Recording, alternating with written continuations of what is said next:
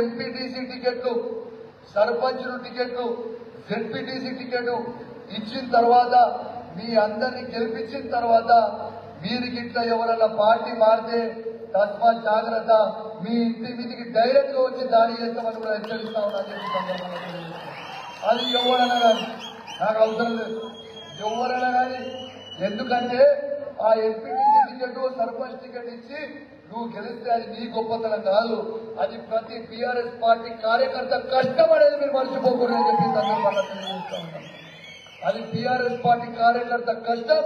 కేసీఆర్ గారి జెండా పవర్, అది కేసీఆర్ గారు చేయబట్టే మనందరం గెలుస్తున్నాం. కానీ రేపు గెలిపించిన తర్వాత మీరు అమ్ముడు పోతే మాత్రం అమ్మ తోడే చెప్తున్నా, మజాక్ ఆడతలేరు. రేపు 1000 మందిని తీసుకొచ్చి ఇంటి మీద దాడి చేసి తుక్కు చేసి చెప్తా.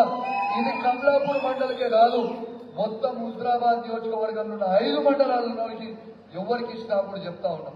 ఎందుకు ఇంత బలంగా చెప్తా ఉన్నానంటే, ఇలా వాళ్ళ టీఆర్ఎస్ పార్టీ కార్యకర్తలు కష్టపడి గెలిపిస్తే ఇలా కొంతమంది దొంగలు ఎమ్మెల్యేలు అమ్ముడు పోతే ఆ ఎమ్మెల్యేనే పెట్టలే మొత్తం మంత్రుల ముంగట, అరే నువ్వు దొంగలంగా నా కొడుక అని చెప్పిన ఆ రోజు నిలదీసిన ఓ ఎమ్మెల్యేనే పెట్టలేదంటే ఇక మీ ఎంపీటీసీ, జెడ్పీటీసీ, సర్పంచ్ పరిస్థితి ఆలోచన. కాబట్టి మీరు ఒక్కరితే కాదు, ఇది బీఆర్ఎస్ పార్టీ వాళ్ళ కష్టం చెప్తున్నాం. మీకు ఉదాహరణ చెప్తా ఉన్నాం.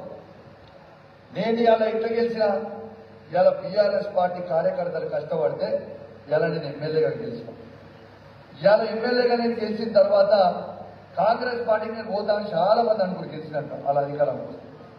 వాస్తవంగా కూడా కాంగ్రెస్ పార్టీలో రాహుల్ గాంధీ దగ్గర నుంచి మొదలు పెడితే కింద వార్డెన్కర్ వరకు నాకున్న పరిచయాలు ఎవరికి లేకపోవచ్చు, ఇప్పుడున్న కాంగ్రెస్ పార్టీ అభ్యర్థి కూడా లేకపోవచ్చు, కానీ పరిచయాలు ఉన్నాయి కాంగ్రెస్ పార్టీ. కానీ నన్ను పోటీ చేయండి, ప్రైమ్ మినిస్టర్ అవుతున్నాడు, నేను ఎంఓఎస్ సెంట్రల్ మినిస్టర్ చేస్తామన్నారు. లాస్ట్ కి దానికి 2 లొంగపోతే నీకు 100 కోట్ల రూపాయలు ఇస్తామన్నారు. బిడ్డ నాకు ఏదొద్దు, నన్ను కేసీఆర్ ఎమ్మెల్సీ చేసిండు, విప్ చేసిండు, ఎమ్మెల్యే చేసిండు. కేసీఆర్ కష్టకాలం నుండు కేసీఆర్ గులాబీ జెండానే మోస్తా తప్పితే ఈ పార్టీకి రాజుగా రాడు. ఏం చేస్తారో చేసుకొని, ఎన్ని కేసులు పెడతారో పెట్టుకోరి అని చెప్పిన. ఎన్ని కేసులు పెడతారో పెట్టుకోరి, మీరు ఏం చేస్తారో చేసుకోరి. కానీ మీరు ఇచ్చిన 6 గ్యారెంటీలు, 420 హామీలు మా హుజరాబాద్ నియోజకవర్గ ప్రజలకు ఇచ్చేవారికి, మీ తెలంగాణ రాష్ట్రం ప్రజలకు ఇచ్చేవారికి నిన్ను ప్రశ్నిస్తూనే ఉంటా అని చెప్పిన. అదే విధంగా నేను ప్రశ్నిస్తూనే ఉన్నా.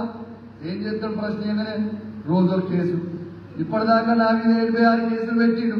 ఏం బీకిండు, ఏం బీకలేకపోయిండు. ఏం బీకుతాడు కేసులు పెడితే? మీ వ్యాపారం అభివృద్ధి కావాలని కోరుకుంటున్నారా? అయితే వెంటనే క్యూనస్ ని సంప్రదించండి. Schools, colleges, banks, shops, office promotions, land promotions, political promotions, restaurant promotions, hospital promotions, పుట్టినరోజు వేడుకలు, శుభకార్యాలు, వ్యాపారాలు ఏవైనా, సందర్భం ఏదైనా ఇప్పుడే క్యూనస్ ద్వారా తెలియజేయండి. మీ వ్యాపారాన్ని అభివృద్ధి చేసుకోండి.